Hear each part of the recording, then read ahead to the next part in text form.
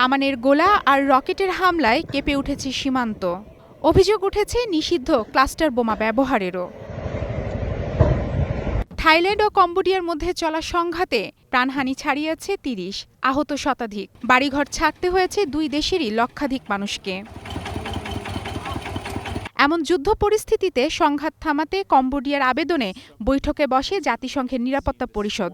শুক্রবার রুদ্ধদ্বার বৈঠকের পর জাতিসংঘের মহাসচিব অ্যান্তোনিও গুতেরেস দক্ষিণ পূর্ব এশীয় দুই প্রতিবেশী দেশকে সর্বোচ্চ সংযমের আহ্বান জানান।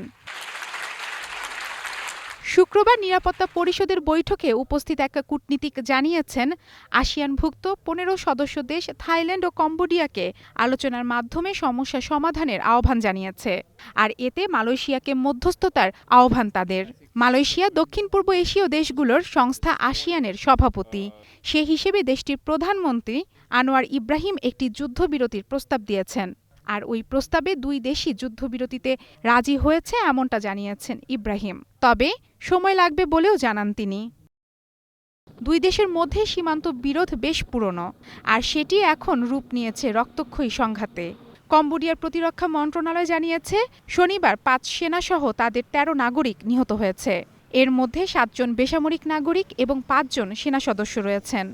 এছাড়া একটি বৌদ্ধ মন্দিরে আশ্রয় নেওয়ার সময় থাইল্যান্ডের রকেট হামলায় আরও একজন নিহত হন। অন্যদিকে থাইল্যান্ড জানায় তাদের ৬ সেনাসহ ১৮ জনের প্রাণ গেছে, আহত অর্ধশতাধিক। ইতোমধ্যে থাইল্যান্ড সীমান্তবর্তী এলাকা থেকে প্রায় ১,৩৮,০০০ মানুষকে নিরাপদ স্থানে সরিয়ে নিয়েছে। খোলা হয়েছে ৩০০টির বেশি আশ্রয়কেন্দ্র।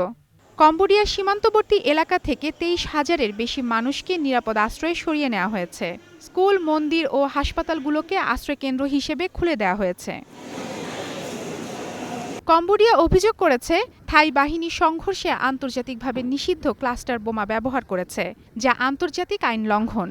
অন্যদিকে থাইল্যান্ডের দাবি, কম্বোডিয়া ইচ্ছাকৃতভাবে হাসপাতাল ও সাধারণ মানুষের ঘরবাড়িতে হামলা চালাচ্ছে। হামলা পাল্টা হামলার পর থেকেই একে অপরকে যুদ্ধ অপরাধের জন্য দায়ী করছে দুই দেশ। থাইল্যান্ড ও কম্বোডিয়ার প্রায় ৮০০ কিলোমিটার দীর্ঘ সীমান্ত নিয়ে বিরোধ দীর্ঘদিনের। সর্বশেষ বড় সংঘর্ষ হয় ২০১১ সালে। সেই সংঘাতে ২০ জন নিহত হন। মারফাতুন রুচি, স্টার নিউজ।